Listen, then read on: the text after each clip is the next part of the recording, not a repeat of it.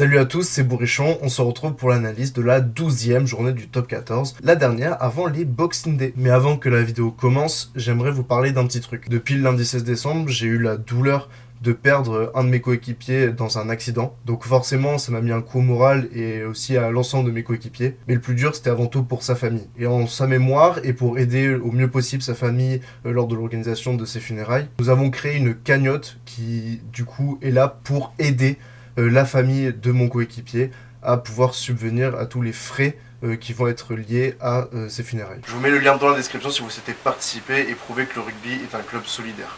Merci à tous ceux qui vont donner ne serait-ce qu'1 euro. Bref, maintenant passons à quelque chose de plus joyeux.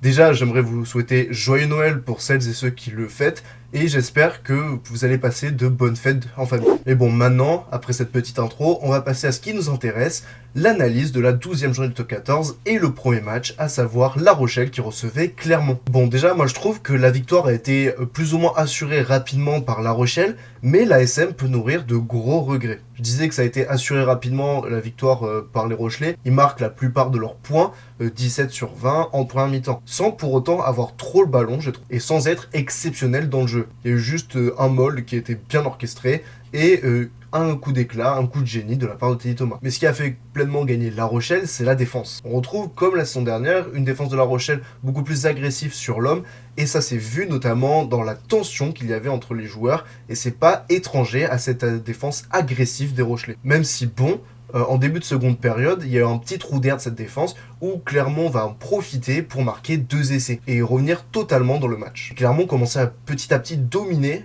son adversaire du jour, mais ce qui a fait qu'ils n'ont pas su revenir, c'est la conquête. Plus on avançait dans le match, et plus elle s'est délitée. Mais bon, malgré tout, on a vu quand même une équipe de Clermont hyper dangereuse et qui montre qu'elle est en forme actuellement. Parce que là aussi, la défense a été plutôt bonne, à part les 2 essais encaissés, et on voit une ASM agressive à l'image des gènes qu'il y a dans cette équipe. Clermont finit plutôt bien cette saison, ils finissent dans le top 6 et ils vont y rester normalement à l'issue de la prochaine journée. Il faudra faire attention, je pense, à ces Clermontois pour les autres équipes, parce que c'est une équipe qui peut être une surprise pour la qualification en phase finale. On continue avec le multiplex et le premier match, à savoir Montpellier qui recevait le Racing. Bon, globalement, je trouve qu'on a vu 2 équipes au niveau de jeu similaires. C'est des équipes qui sont pas trop en confiance, on va dire, en tout cas qui ont plutôt raté leur début de saison, et qui se retrouvent sur les bases. On a eu peu d'actions placées à se mettre sous la dent, et ça a été surtout une bataille dans les rucks et un gros bras de fer en conquête. Et c'est justement ce dernier point qui a fait basculer le match en faveur de Montpellier.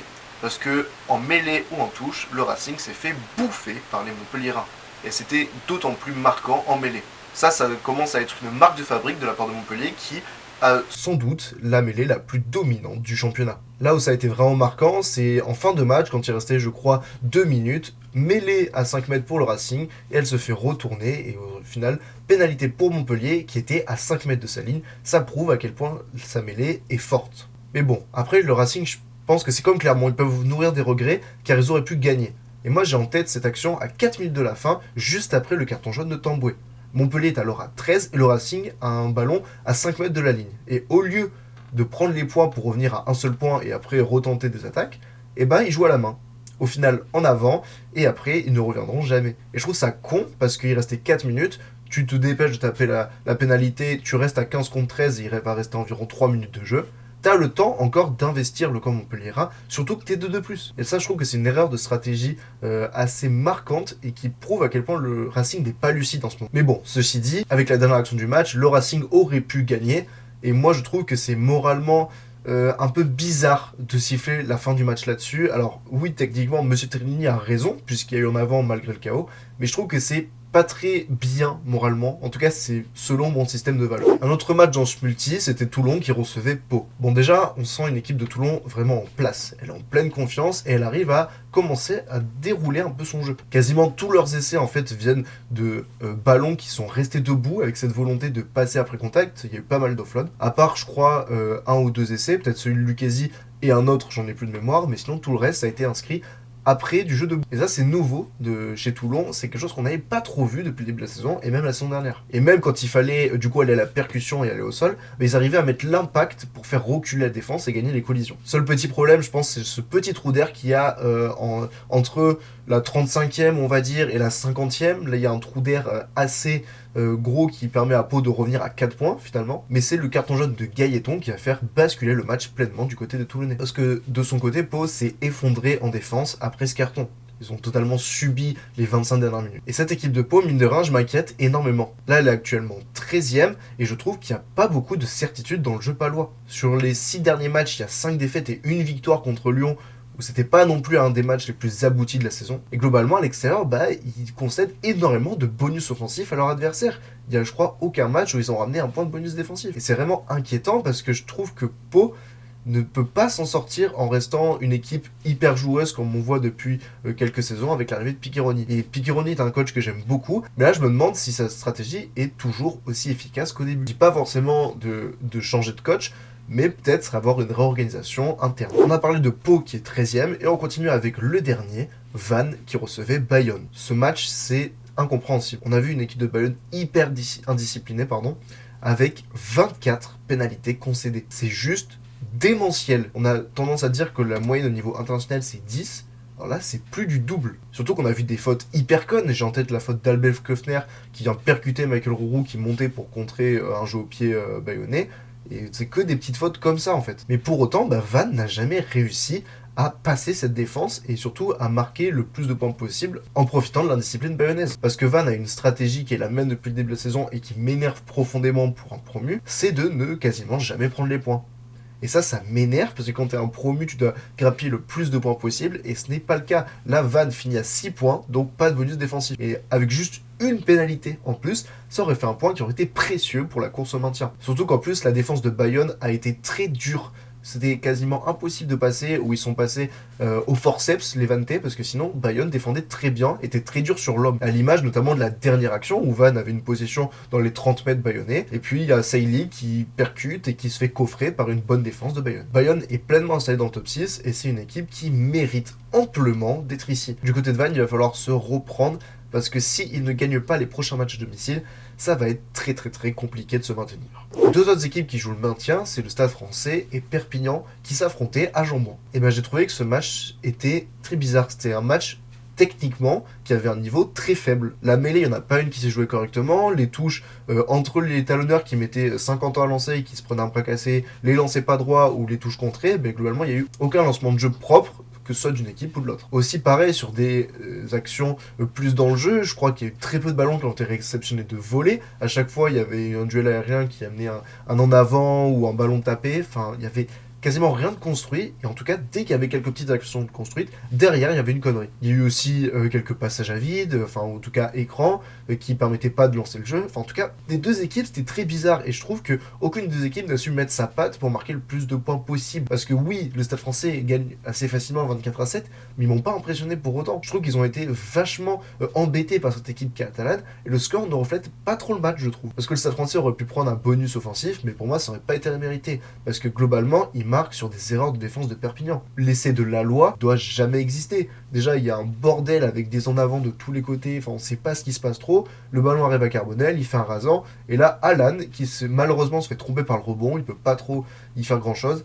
Et il y a l'essai de la loi, mais globalement, c'est grâce à ce coup d'éclat que le Stade Français a gagné. Après, je dis ça, mais l'essai de Perpignan, c'est pas beaucoup mieux. C'est Veredamou qui passe dans des portes de saloon entre Carbonel et Ward et qui va marquer. En fait, je trouve que aucune des deux équipes n'a de certitude. C'est comme Pau, en fait. C'est des équipes qui sont dans le bas de classement, qui doutent et qui n'arrivent pas à imposer un jeu. Mais là, le match l'a reflété parfaitement. Le match de samedi soir opposait Castres à Bordeaux. Bon, je vais passer en vitesse parce que c'est un match ennuyant au possible à cause d'une pluie fine de merde. Forcément, il y a eu beaucoup d'en avant et de l'impossibilité de jouer sur les extérieurs. Et c'est l'UBB qui s'en est sorti le mieux en étant beaucoup plus opportuniste. Déjà, son buteur, Joey Carberry, a été meilleur que Louis Lebrun. Ensuite, il y a cet essai de Moefana qui a fait beaucoup parler, mais il y a clairement pas en avance, un arrachage de Joko Kaji. Et Moefana a bien fait de suivre l'action pour marquer. J'ai trouvé que Castres avait un petit peu joué à l'envers dans un premier temps en remontant beaucoup de ballons à la main, alors que Deschanel aurait été plus propice avec un temps comme ça. Ce qu'ils ont fait en fin de match, mais le problème c'est qu'après ils ont commencé à faire des coups de pied qui étaient de plus en plus dégueulasses, à l'image de Poplin, qui a fait beaucoup de mauvais jeux au pied dans sa rentrée. Et ce que j'ai pas compris, c'est pourquoi ne pas avoir tenté un autre buteur, parce que Castres a eu pas mal de pénalités dans le camp de Bordeaux en seconde mi-temps, mais n'a jamais voulu tenter les points parce que Louis Lebrun n'était pas en réussite. Mais en fin de match, il y avait quand même Dumora, Palis, Fernandez et Poplin qui étaient des buteurs potentiels. Donc pourquoi ne pas avoir fait confiance à l'un d'eux? Ça je sais pas, ça aurait pu au moins permettre de prendre un bonus défensif. Et enfin, le dernier match, c'était Lyon-Toulouse. Bon, un match nul, mais qui était pas du tout nul dans le scénario. Pendant, j'ai trouvé que le Stade Toulousain, avec une équipe remaniée, n'a pas réussi à mettre son jeu en place. Bon, évidemment, l'équipe était remaniée, mais je dis ça parce que le Stade Toulousain nous a habitués, que ce soit la saison dernière ou même la saison d'avant, à, même avec des jeunes, causer beaucoup de problèmes et gagner les matchs avec des équipes remaniées. Et là, le Stade Toulousain était plutôt à la peine, j'ai trouvé. C'était plutôt Lyon qui dominait, en tout cas de mon point de vue. Après, globalement, aucune des deux équipes n'a réussi à vraiment prendre le pas sur l'autre, c'était plutôt par période. Enfin, je vais revenir sur le premier essai de Toulouse, car pour moi, il y a en avance sur la dernière passe de Banos vers Bitouniata. Alors oui, certains disent l'inertie, mais là, on voit clairement les bras de Banos aller vers l'avant, donc je vois pas pourquoi cet essai n'a même pas été checké à la vidéo. Et ça aurait pu permettre aux Lyonnais de gagner. Mais bon, globalement, il n'y a pas scandale non plus. Toulouse mérite ses 2 points. Lyon aussi, et vu que les 2 buteurs de chaque côté ont été pas trop en réussite, le match nul arrange tout le monde, on va dire. On passe maintenant au top et au flop. On va rester sur cette rencontre pour les tops avec Bekas Aguinadze. Il a été au four et au moulin, il était partout en défense, partout en attaque, une activité de fou furieux, et c'est lui qui vient coffrer Anthony Gelonche dans l'embut pour permettre à Lyon de ne pas subir une nouvelle défaite à la maison. Le deuxième top, c'est encore un troisième ligne, c'est Tevita Tatafou. Dans des conditions aussi horribles qu'elles étaient à Castres samedi dernier, Tatafou a su sortir son épingle du jeu. Il a été hyper dynamique ballon en main, en cassant beaucoup de plaquages et en ayant franchi quelques fois. Et en défense, comme à son habitude, il est régulier. Un troisième top, ça serait Yaya West. C'est un joueur qui a beaucoup été décrié par le passé, mais là je trouve qu'il revient bien ces derniers temps avec La Rochelle. Il a une bonne animation globalement, il a été fiable au pied et il est l'auteur d'un magnifique 50-22 en seconde mi-temps. Et enfin, je vais me faire un petit plaisir pour Noël, mettre un quatrième top, à savoir le Toulonnais Rivans, qui, comme à son habitude depuis son arrivée à Toulon, est partout. C'est comme un Saguinadze, c'est quelqu'un qu'on voit partout.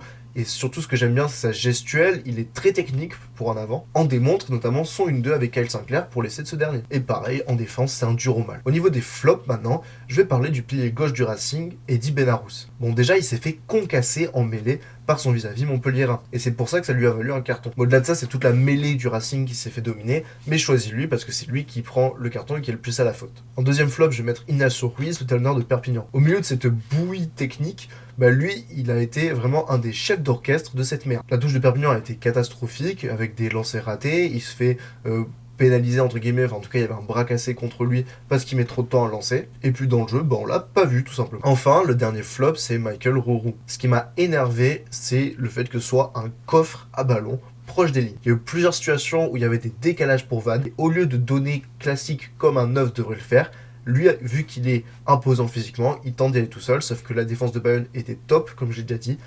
Et là, le problème, c'est que Rourou n'aide pas son équipe en faisant ça. Et au-delà de ça, je trouve que dans les zones proches des lignes, il n'a pas su bien gérer ses gros. Il y a plusieurs ballons grattés par Bayonne dans ces 15 mètres. Au niveau du classement, je trouve qu'on a un top 6 qui est vachement dessiné. Il y a un petit écart entre La Rochelle et Castres de 5 points. Et ça m'étonnerait pas que ce soit ces 6 mêmes équipes qui soient dans le top 6 à la fin de la saison. En bas, Pau, comme je disais, est vraiment inquiétant. Donc il va falloir se remobiliser pour les Palois. Parce que là, ils sont bien englués à la 13e place. Et la 14e semble assez proche, mine de rien. Donc je vais donner mes pronos pour la semaine prochaine avec les Boxing Day. Et ce qui va être bien, c'est qu'il n'y aura pas de multiplex, on va pouvoir suivre les matchs les uns après les autres. On a d'abord Pau Vannes, donc le 13e qui reçoit le 14e, c'est un match hyper important pour les deux équipes. Et Vannes, s'ils ne corrigent pas leur stratégie de merde de jab de prendre les points, ils ne pourront plus gagner à l'extérieur. C'est pour ça que je vois Pau gagner, mais en laissant un point de bonus à Vannes. Bayonne-Castres, on a vu Castres qui a fait un match catastrophique contre Bordeaux dans la stratégie aussi, et Bayonne qui à l'inverse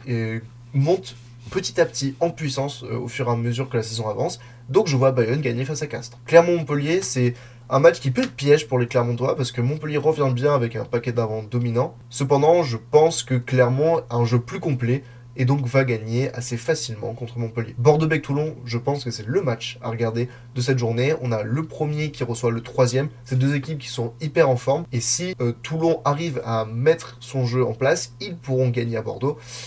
Mais je pense que ça va être hyper serré et je vais dire Bordeaux mais d'une courte tête. Donc point de bonus pour Toulon. Le Racing reçoit Lyon et je vois donc les Franciliens gagner. Perpignan reçoit La Rochelle et je vois pareil les Catalans à domicile gagner. Et enfin le Stade Toulousain reçoit le Stade Français et pour moi il n'y aura pas match. Le Stade Toulousain va l'emporter assez facilement. Voilà, cette vidéo est à présent terminée. Je vous répète que du coup, je mets en lien dans la description la cagnotte pour la famille de mon pote qui est décédé. Merci du fond du cœur à celles et ceux qui donneront, ça nous toucherait énormément.